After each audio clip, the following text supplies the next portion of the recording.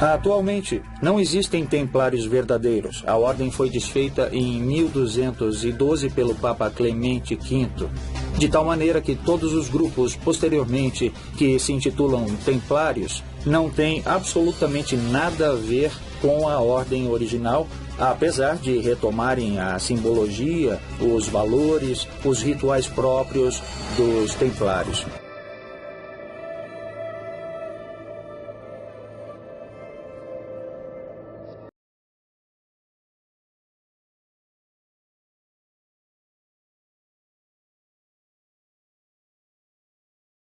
Aqui temos na Argentina a Ordem dos Cavaleiros Templários, com sua sede principal em Buenos Aires. E na Patagônia temos a Preceptoria, pela qual eu sou o responsável.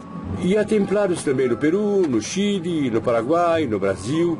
Formamos a União Templária Latino-Americana, onde se associam todas as ordens de origem templária.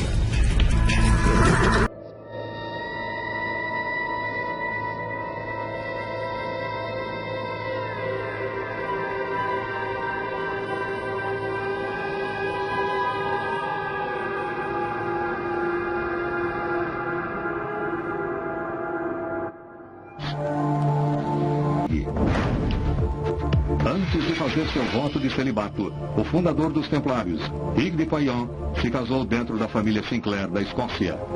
300 anos mais tarde, William Sinclair construiu a Capela de Rosslyn e no século XVIII, os Sinclairs foram listados como os líderes hereditários da maçonaria escocesa.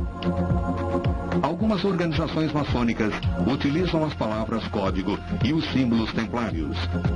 Um dos mais altos postos na hierarquia maçônica é o de Cavaleiro Templário. A organização da juventude maçônica é chamada de Demolé, o nome do último grão-mestre dos Cavaleiros Templários.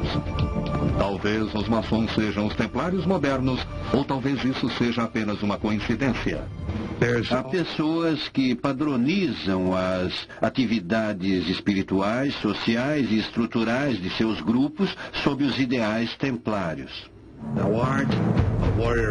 As paredes da Capela de Rosslyn sugerem que os templários estiveram aqui 150 anos depois de supostamente terem sido extintos. As mesmas paredes sugerem que os maçons estiveram aqui 250 anos antes de terem sido oficialmente fundados. A lenda diz que os códigos secretos da Capela de Rosslyn sustentam um segredo ainda maior. A chave para o tesouro dos Templários, o Santo Grau.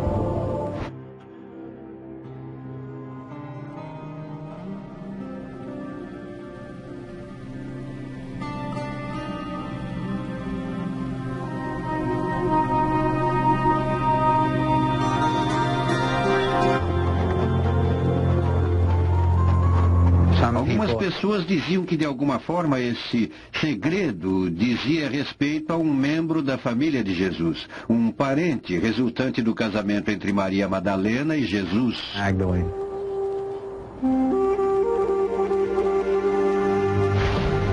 Segundo essa teoria, as palavras em latim para o Santo Grau, sangreal, são realmente um erro de tradução de duas palavras diferentes.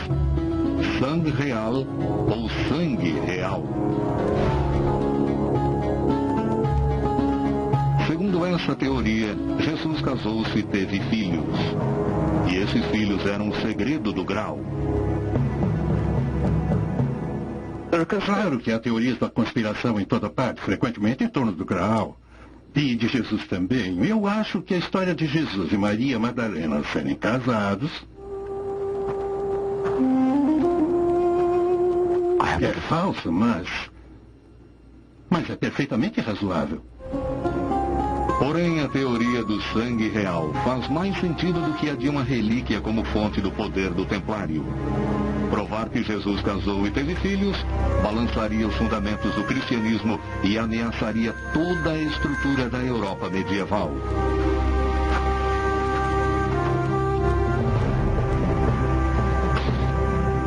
A igreja certamente pagaria qualquer preço para suprimir essa informação. E assim a teoria continua. Ninguém sabe o que os templários podem ter encontrado, mas há pouca dúvida sobre o que aconteceu a seguir. Hugues de Payan, o principal cavaleiro templário, deixa a Terra Santa para ir ao concílio de Troyes, na França. Ninguém sabe o que foi discutido lá, apenas os resultados. O Papa Honório II dá aos templários a sua bênção. Seu sucessor, o Papa Inocêncio, lhes dá poderes sem precedentes. Os templários agora desfrutam da imunidade das leis, das regulamentações e taxas de cada nação. Os templários se tornam uma força autônoma.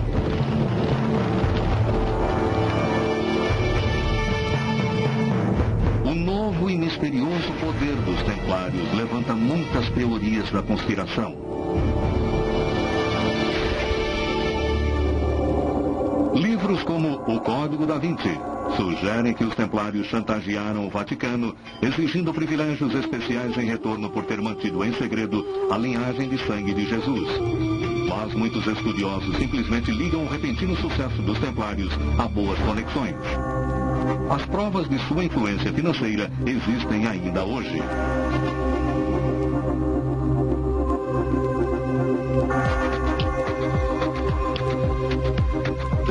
Os templários estavam abertamente envolvidos no financiamento e na construção da maioria das catedrais góticas dos séculos XII e XIII. Eles quase que financiaram toda a construção da Catedral de Chartres. Isso financeiramente equivaleria à ida do homem à Lua nos anos 60. Uma das mais belas igrejas templárias fica no coração de Londres, chamada de O Templo de Londres. Essa igreja ostenta o selo dos templários. 2 homens montando um só cavalo. Ao contrário da maioria das igrejas medievais, essa é redonda. Essa igreja foi projetada para recriar a santidade do Santo Sepulcro em Jerusalém, no destino de todo peregrino, do lugar mais sagrado da terra. E a igreja do Santo Sepulcro é redonda. Ela não era apenas uma igreja, era um tesouro. Em 1307, o rei da Inglaterra veio aqui para o Templo de Londres e levou 50.000 libras esterlinas.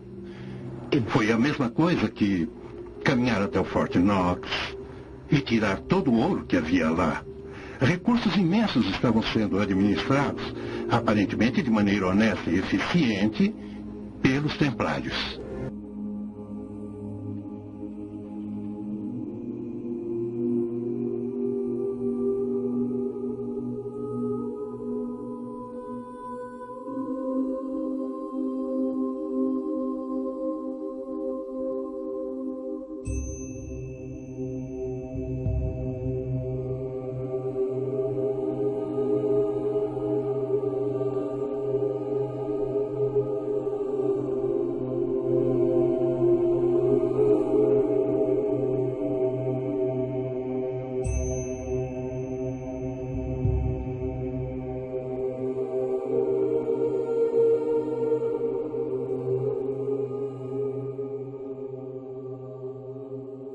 As histórias ficam mais estranhas à medida que os templários contam histórias bizarras parecidas com essa. Vários deles confessaram adorar Baphomet ou Baphomet. O Baphomet é provavelmente um dos mais espetaculares aspectos das acusações contra os templários. Alguns estudiosos sugerem que ele era um ídolo de pedra representando um demônio, e esse era um dos aspectos mais sensacionais de seu julgamento, que tentava ligar os templários à adoração ao demônio. Há outras teorias. Alguns estudiosos sugerem que Baphomet era uma tradução mal feita do nome Maomé, que os templários, na verdade, estavam combinando diversas tradições religiosas em sua própria prática. Milhares de templários serviram durante muitos anos na Terra Santa. Alguns podem ter absorvido secretamente as crenças religiosas dos muçulmanos, como a reverência ao profeta Maomé ou Baphomet. O estranho termo ainda intriga os historiadores. No início dos anos 80, um estudioso chamado Hugh Schoenfield faz uma aterrorizante afirmação. Baphomet é uma mensagem codificada. Dr. Hugh Schoenfield, um conhecido estudioso dos pergaminhos do Mar Morto, trabalhou na questão sobre a palavra Baphomet, usando o anagrama arábico de estudos bíblicos.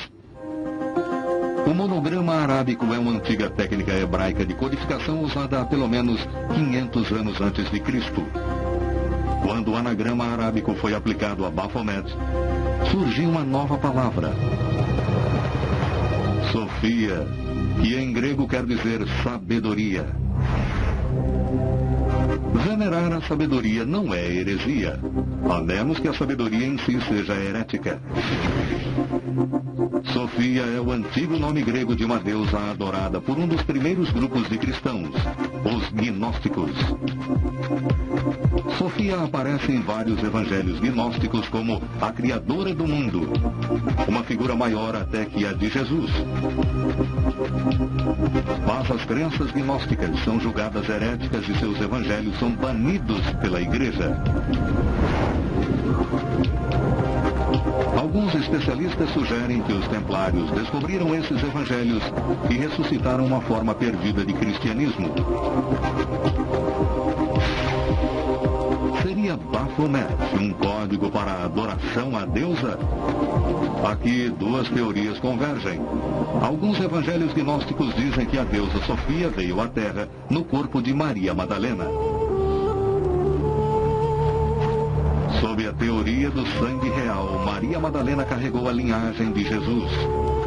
Ela se tornou a veia do sangue sagrado, o próprio grau. Em seus escritos, os templários dedicaram-se não a Jesus, mas a Maria. A questão que sempre surgia era: quem era Maria? Era a Virgem abençoada, significando a Mãe de Deus, ou era, na verdade, Santa Maria Madalena? Se os templários adoravam Maria Madalena da mesma forma que a Jesus, então este era um dos piores tipos de heresia. A questão se prolonga. Os escritos dos templários se referem a Maria, mas eles não dizem a que Maria, nem se ela era adorada como uma deusa. Há perguntas não respondidas, sim, mas ainda não há nenhuma prova documentável de que os cavaleiros templários adoravam Maria Madalena. Não está escrito isso em nenhum lugar. Sob tortura, os templários podem ter confessado praticar uma religião herética a uma deusa, adorando a um ídolo, ou até uma cabeça humana. O mais provável é que os templários tenham sido bodes expiatórios inocentes de um rei que decidiu se livrar de seus débitos. O rei Felipe exige que os hereges enfrentem a justiça. Tenho aqui inúmeros relatos de heresia atestados por testemunhas oculares. Relutante, o Papa concorda. Em 1314, os Cavaleiros Templários são oficialmente banidos. Dia 8 de março de 1314, depois de 7 anos de prisão e torturas, o grão-mestre Jacques de Molay é executado como um herege não arrependido. Em seu último suspiro, dizem que de Molay pôs uma maldição no Papa e no rei. Em um ano, eu verei vocês dois em um tribunal perante Deus. Dentro de um ano, ambos morreram. 200 anos depois, os templários não existem mais. Seus castelos são tomados e sua grande riqueza desaparece misteriosamente.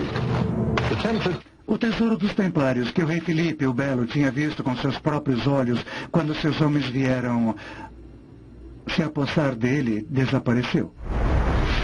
Ninguém sabe o que aconteceu com a riqueza dos templários depois que eles foram suprimidos. Sugeriu-se que 2 grandes carroças carregadas de tesouros tenham sido levadas para Paris antes das prisões finais em uma sexta-feira 13. Daquele ponto em diante, os templários desapareceram de todos os registros.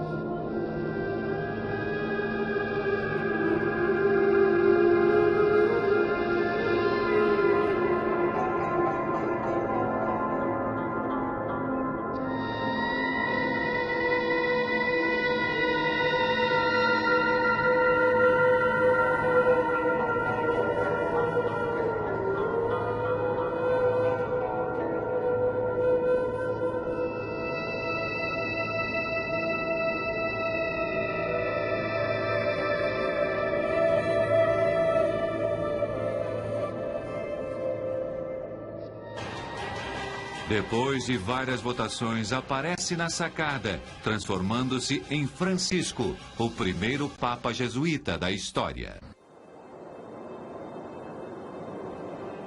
Durante séculos, a chegada de um novo papa para o trono de Pedro esteve rodeada de sinais misteriosos e previsões. Quais foram as profecias que anunciaram a chegada de Francisco? No século XII, o arcebispo católico Malaquias de Armagh, hoje conhecido como São Malaquias, entrou em transe. E viu uma fila de reinos papais a partir de Celestino II, o pontífice que reinava naquela época. Os nomeou e os identificou com um lema, desde o primeiro até o último, com bastante exatidão. O último era o número 112. Depois dele, seria o fim. Bento XVI era o Papa 111. E Francisco era o 112. Por isso, muitos pensam que ele é o Papa do fim do mundo. Quando Francisco vai à sacada e antes de cumprimentar e pedir ao povo que reze por ele, disse: Os meus irmãos cardeais foram buscá-lo lá no fim do mundo. Mas estamos aqui. No fim do mundo, é casualidade ou Francisco só se referia à grande distância entre Roma e Buenos Aires? Mas Malaquias não foi o único que associou a chegada de Francisco ao Vaticano com o fim do mundo. No século XVI, o médico e consultor astrológico Michel de Notre-Dame, mais conhecido como Nostradamus, previu a chegada de um homem de cor, com muito poder no século XXI, que anunciaria o fim dos tempos. A princípio, existirão doenças mortais como advertências, e depois haverão pragas, morrerão muitos animais, haverão catástrofes, mudanças climáticas e finalmente começarão as guerras e invasões do Reino Negro. Na Idade Média, isso foi interpretado como a chegada de um Papa Negro, já que naquela época o sumo pontífice era o homem com mais poder do mundo, o Rei Negro. Mas por que Francisco seria o Papa Negro? Para muitos, a resposta está na origem jesuíta desse Papa e o relaciona com a cor da batina usada pelos membros da sua ordem. Se estão procurando profecias, a que mais me agrada é a da década de 60, um ex-padre da Austrália, um ex-padre chamado Morris West, um popular romancista, escreveu um livro, As Sandálias do Pescador, As Sandálias de São Pedro, a analogia que previu em meados dos anos 60 que haveria um Papa na Europa Ocidental e no final da sua vida, em 2002 ou 2003, Morris West publicou outro livro chamado Eminência. E em Eminência, novamente falava sobre uma eleição papal, e o que ele previu? Previu que um argentino seria o Papa. Então, se quiserem uma profecia, essa é provada e comprovada. Outros vão mais além e falam da relação dos jesuítas com o poder. Através dos tempos, o superior dessa ordem foi conhecido como o Papa Negro pelo poder que tinha dentro da companhia. Poder que se estendia até aqueles lugares aonde os jesuítas chegavam para realizar sua tarefa evangelizadora. Isso muitas vezes inquietava os governantes daqueles reinos e países que viam nos jesuítas um perigo de um poder latente dentro do seu próprio poder. Foram muito questionados e criticados. Napoleão falou sobre eles em suas memórias e advertiu: os jesuítas são uma organização militar, não uma ordem religiosa. O objetivo dessa organização é o poder em seu exercício mais despótico, poder para controlar o mundo sob a vontade de um único homem. A Companhia de Jesus, que muitos interpretam como uma companhia no sentido militar da palavra, enquanto que para São Inácio era uma companhia de amigos, de companheiros de Jesus. Hoje, um jesuíta está à frente da Igreja Católica. Francisco é o líder espiritual de 1 bilhão e 200 milhões de fiéis no mundo inteiro. Sem dúvida, essa é uma situação de poder concentrada em um só homem, como advertiu Napoleão. Quem são os jesuítas? De onde vieram? Qual sua origem?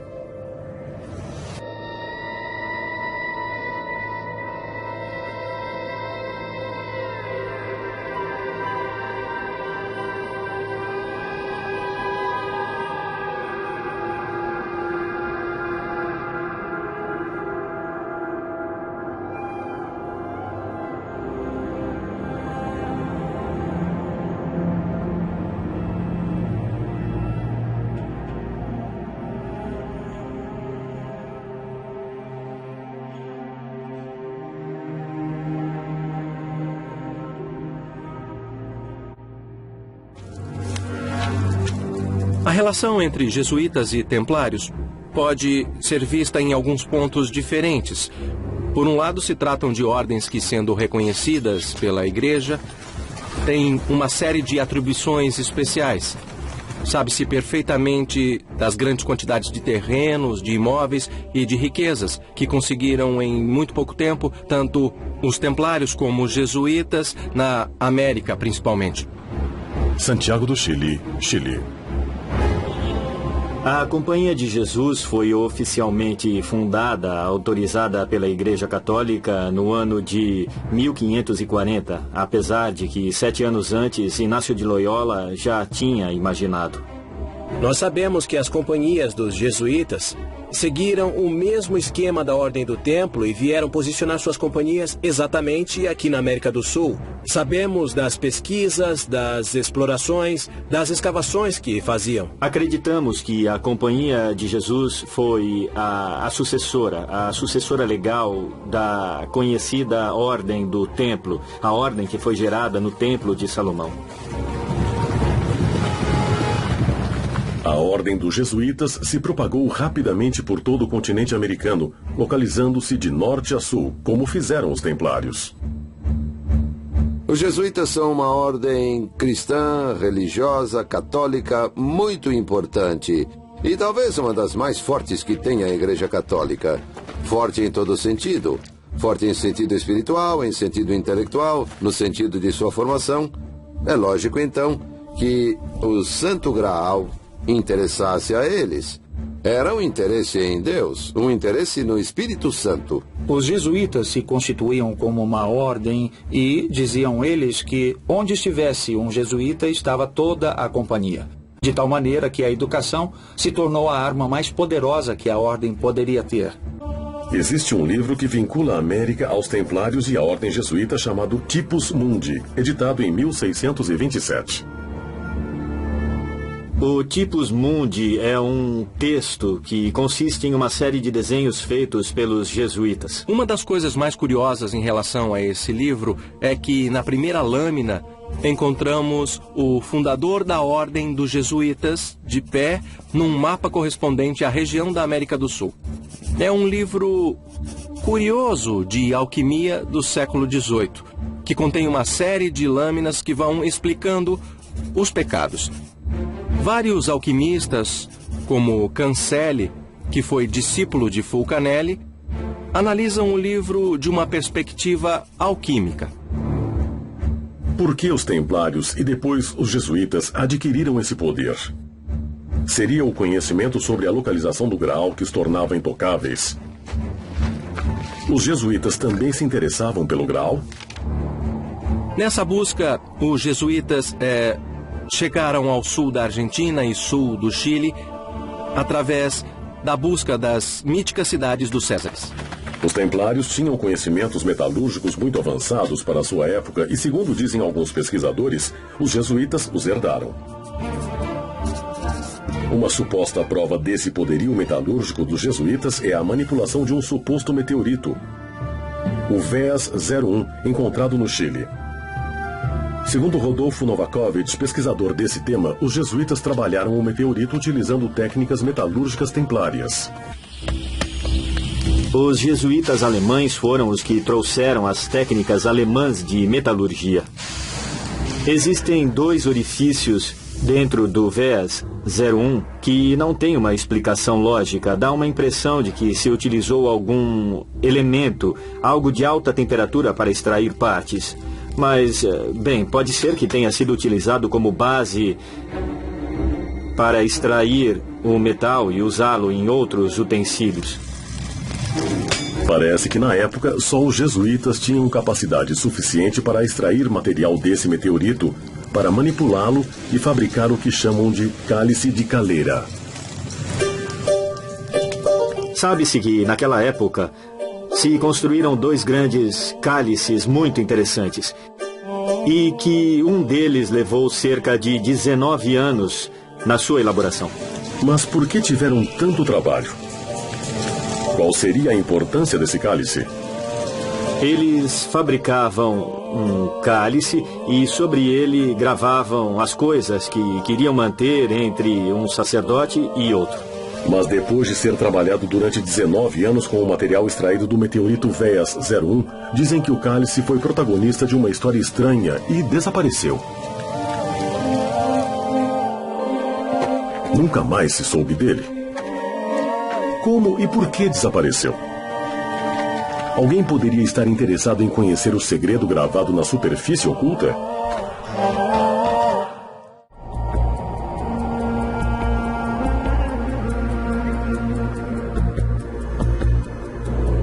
A Patagônia Argentina esconde um último segredo sobre o Graal. Um enigma que espera ser revelado.